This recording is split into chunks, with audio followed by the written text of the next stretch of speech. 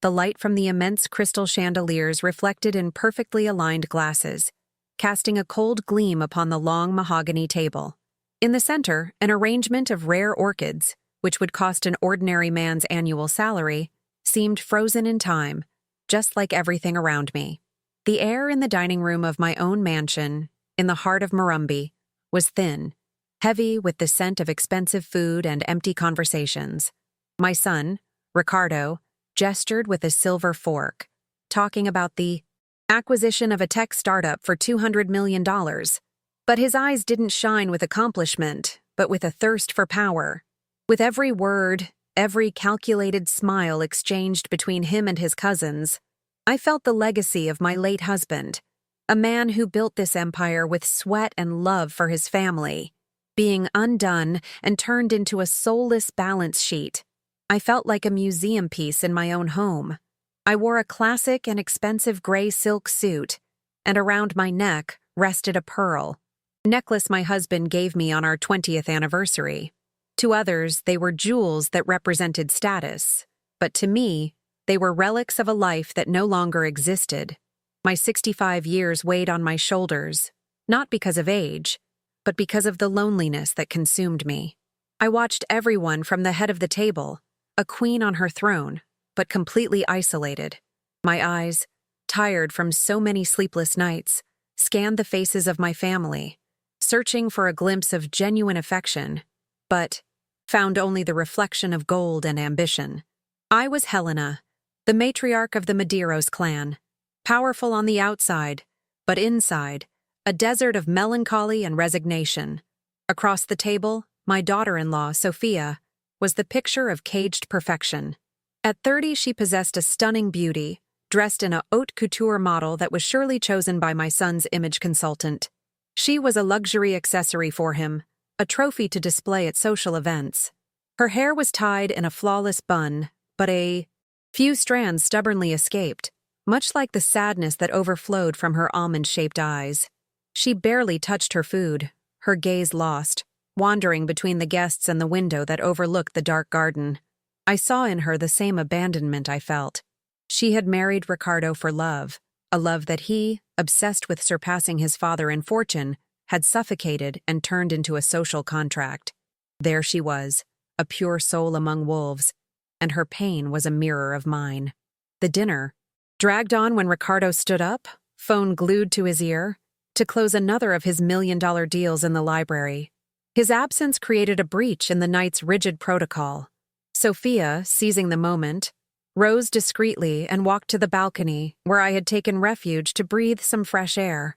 She stopped beside me, her trembling hands clutching the hem of her dress. Her eyes met mine, filled with an urgency that startled me. With a choked voice, she leaned in and whispered in my ear, her words a desperate secret amid the distant noise of conversations. "I'm pregnant with your—" My heart froze for an instant, her pause laden with 1,000 scandalous possibilities. Then, she completed, her voice breaking into a thread of hope and supplication. "Grandson, the heir to the true legacy, the heir of the love you and Grandpa built, not just the money. Did this story touch you in some way? Subscribe to the channel so you don't miss how it unfolds and comment here telling us which city you're watching from. We want to get to know each and every one of you." Those words were like a key that unlocked a door locked inside me for almost a decade.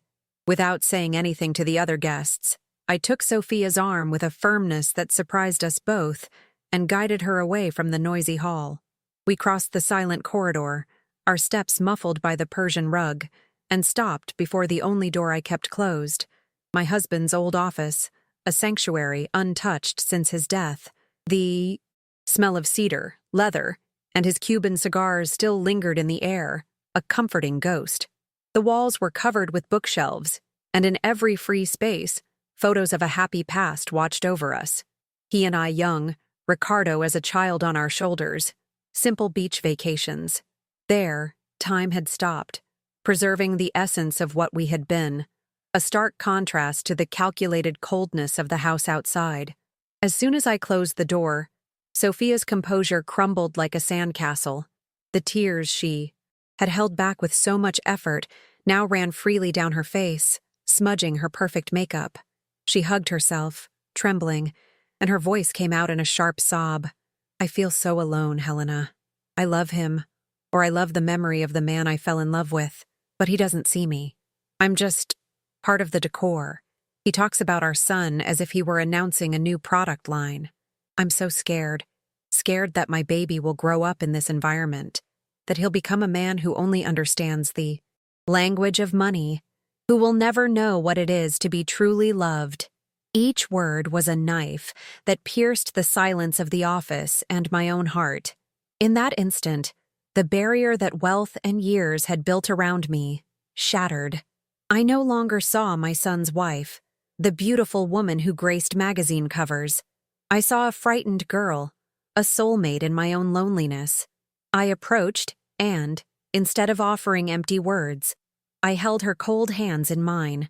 The touch was electric, a current of mutual understanding. I looked at the largest photo on the desk, my husband smiling, holding a little Ricardo. He was afraid too, I whispered, my voice thick with emotion. Your grandfather always said that the greatest risk in business wasn't bankruptcy, but losing your family along the way. You are not alone in this, Sophia. I will not allow it. The decision was made right there, in that sanctuary of memories. I would fight. To seal our alliance, I opened the desk drawer and took out a small blue velvet album.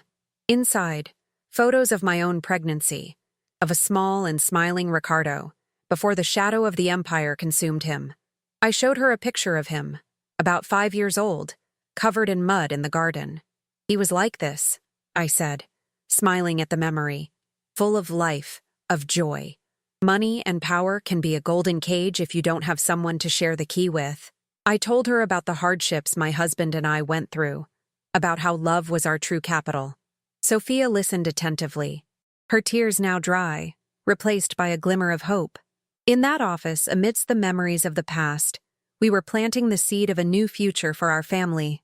However, the decision to fight brought with it my own demons. For years, I had silently blamed myself for Ricardo's transformation. Where did I go wrong? At what point did my sweet, life-filled boy become this cold man, obsessed with figures and status? The fear of confronting him was paralyzing. I feared my intervention would be seen as the meddling of a senile old woman, that it would create a definitive rupture, and I would forever lose what little was left of my son.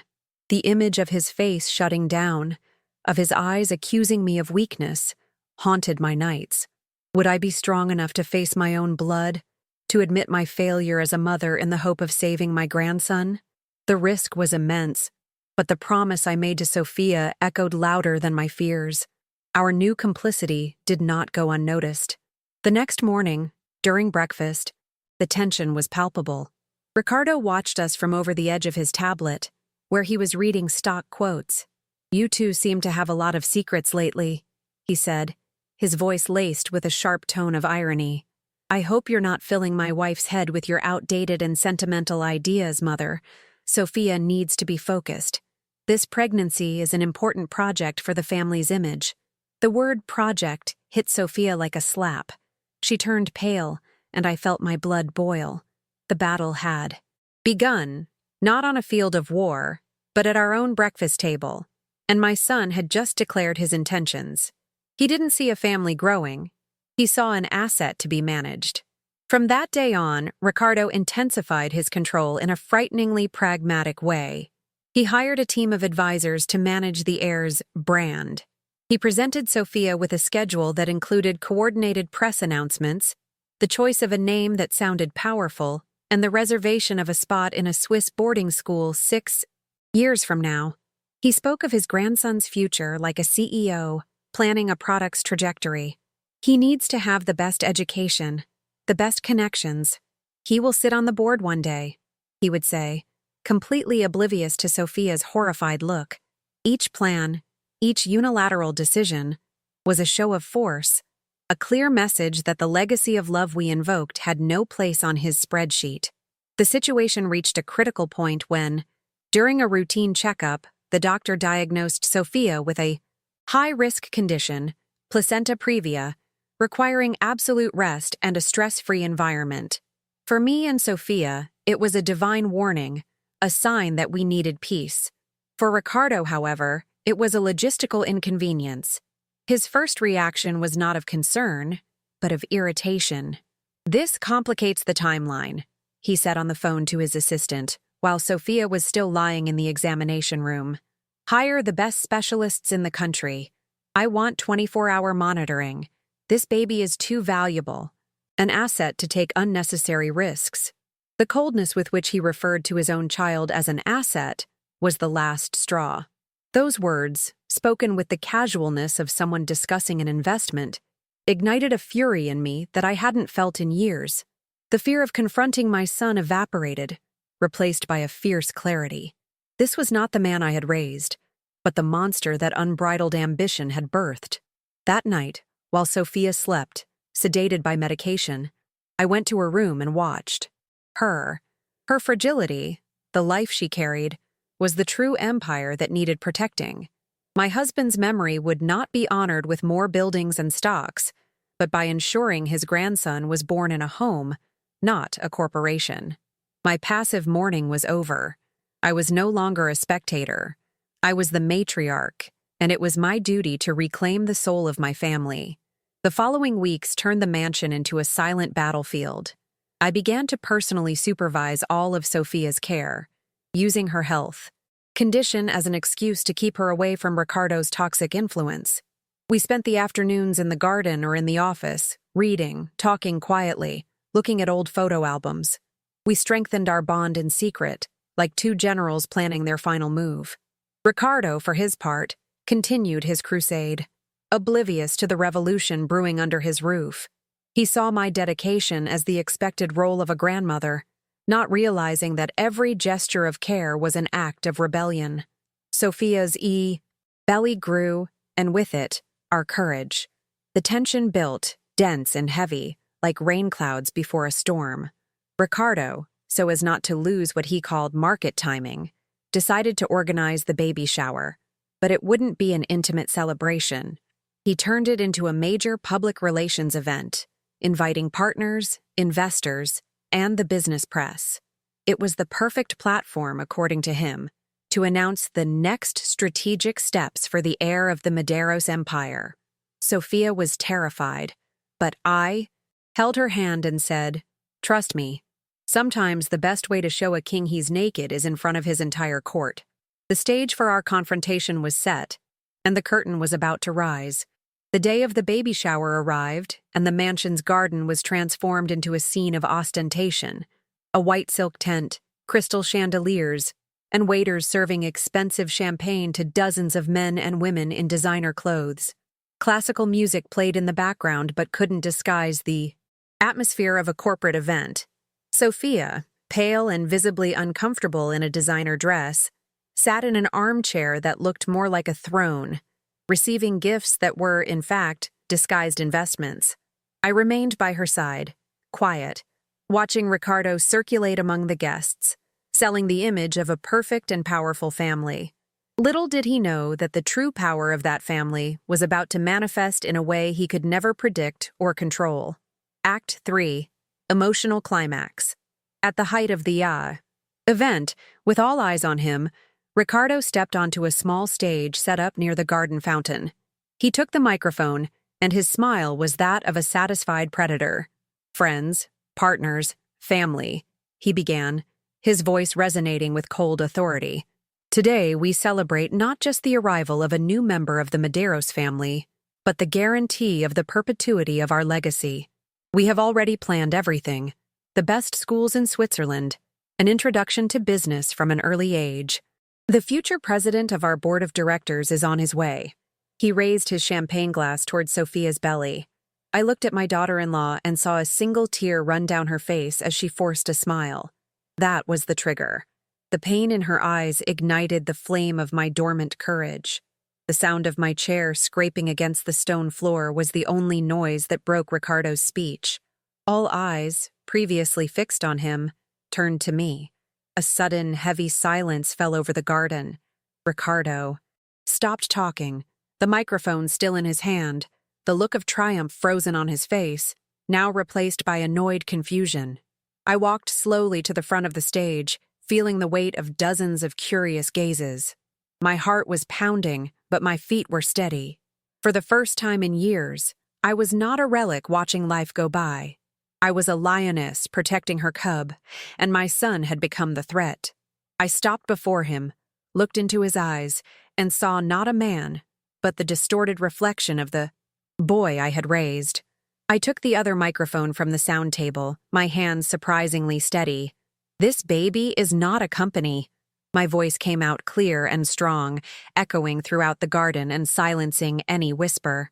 "He is not your next successful project, Ricardo. He is my grandson. He is this family's chance to remember what it means to love." I paused, looking at the shocked faces of the guests, and then turned my gaze back to my son. "Your father," I continued, emotion choking my voice, but not my determination, did not build an empire of concrete and glass for his grandson to be born on an Excel spreadsheet. He built all of this so that his grandson could run barefoot in this garden and be loved unconditionally. That is the true legacy you are forgetting. The words hung in the air, charged with a truth no one dared to speak. Ricardo turned pale, the mask of power cracking to reveal the humiliation and fury beneath. He opened his mouth to respond, but no sound came out. In that stunned moment of silence, another movement drew everyone's attention.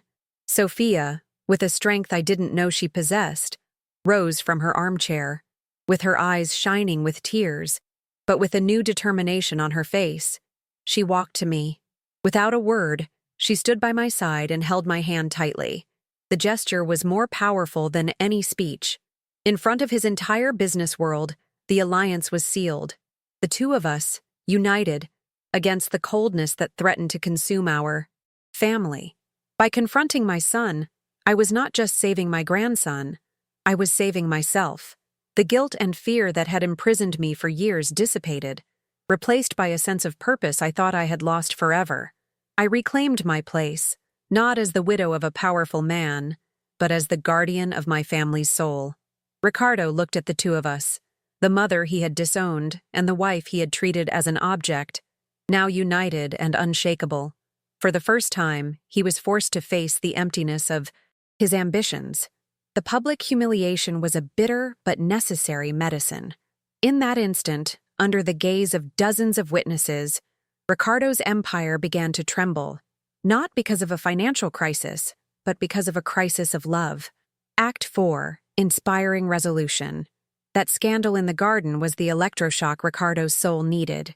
In the days that followed, a heavy silence settled in the mansion, but it was not the cold silence of before, but one of reflection. Ricardo canceled 2 international trips and, for the first time, accompanied Sophia to a doctor's appointment.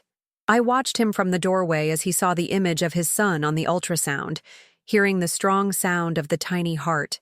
He said nothing, but I saw his shoulders relax and an expression of awe, almost reverence, take over his face. That night, I found him in his father's office, not working, but just sitting in the dark, looking at the same family photos I had shown Sophia. The journey back to himself had begun, slow and painful, but it had begun. The dynamic in our house changed in a radical and palpable way. Decisions once imposed by Ricardo began to be discussed. The baby's room project, which was previously a task for a renowned decorator, became a joint effort. We spent a whole afternoon, the three of us, choosing soft colors, assembling a simple wooden crib, and laughing when Ricardo, clumsy, couldn't understand the instructions.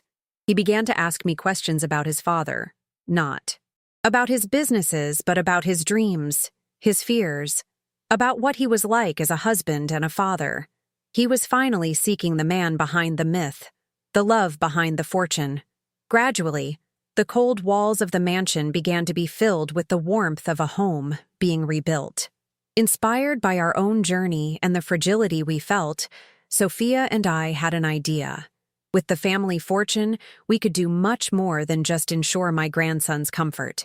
We presented Ricardo with a proposal to create a foundation in his grandfather's name, dedicated to supporting mothers and pregnant women in vulnerable situations, offering shelter, medical, and psychological support. To my surprise, Ricardo not only agreed, but became involved heart and soul. He used his business genius to structure the foundation, not as a charity project to improve the company's image, but as an efficient and humane operation, whose only profit would be the number of lives transformed. The pain we had lived was being converted into hope for hundreds of other women. The final months of Sophia's pregnancy were the happiest I had lived in a decade. I had rediscovered the joy of living, no longer as the guardian of a fortune, but as the cultivator of love. My philosophy of life changed. The true legacy was not in bank vaults, but in the bonds we were strengthening and the good we could spread. My grandson, Arthur, was born on a spring morning, in a quiet hospital, with his father holding his mother's hand, crying with emotion. Ricardo no longer saw an heir, but his son. I held him in my arms, and looking at that little face, I saw the promise of a redeemed future. Our family's wealth had finally found its true purpose: to serve life, love, and continuity. Epilogue. 5 years later, the afternoon sun gilded the mansion's sprawling lawn. The sound that now filled the garden was not of business talk or formal classical music, but the infectious laughter of a child. My grandson, Arthur, with his brown hair, flying, ran after a ball, his shouts of joy the richest melody I had ever heard. I was sitting on a picnic blanket, feeling the warmth on my skin, no longer a lonely matriarch, but simply a happy grandmother. At 70, I felt more alive than I had at 60. The wealth around me was the same, the trees were the same, but everything had a different color and meaning, because now there was love to fill the empty spaces. Ricardo, my son, was lying on the grass beside me, teaching Arthur how to kick the ball. He wasn't wearing an expensive suit, but jeans and a simple t-shirt. The tension in his shoulders had disappeared, replaced by a serenity I thought I would never see in him. He looked at his wife, and the gaze they exchanged was a silent conversation of complicity and affection. Sophia, with her hand resting on the round belly of her second pregnancy, smiled back. The Arthur Medeiros Foundation, which they now ran together, had become a national benchmark, helping thousands of women. They had transformed our family's pain into a legacy of compassion, far more valuable than any stock on the exchange. As I watched my grandson run into his father's arms, I finally understood the lesson my late husband tried to teach me his whole life. The true inheritance is not something you leave, but something you live. It's not in the name of a building, but in the sound of a laugh. It's not measured in figures, but in the quality of the bonds we weave.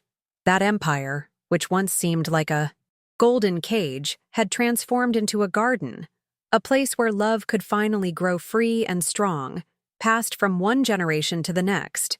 And I, Helena, was the gardener who, even late, learned to cultivate the most important seed of all,